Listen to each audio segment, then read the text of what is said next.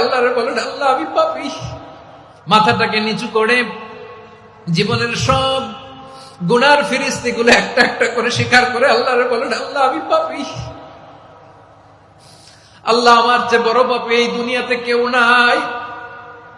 আকাশের নিচে জমিনের উপরে আমার চেয়ে বড় পাপী কেউ নাই। একটা একটা করে আল্লাহ স্বীকার করি আমি পাপী। সব পাপের স্বীকৃতি দিলাম। পৃথিবী না জানুক আমি তো জানি আমি কি পাপ করেছি। হায় আমার পাপের করলে বিচার, বাঁচার আমার নাই উপায়। দয়াময় তুমি মাফ করো আমায়, মাফ করো আমায়। আল্লাহ তাআলা যদি দয়া করে আমাদেরকে মাফ না করে, আমাদের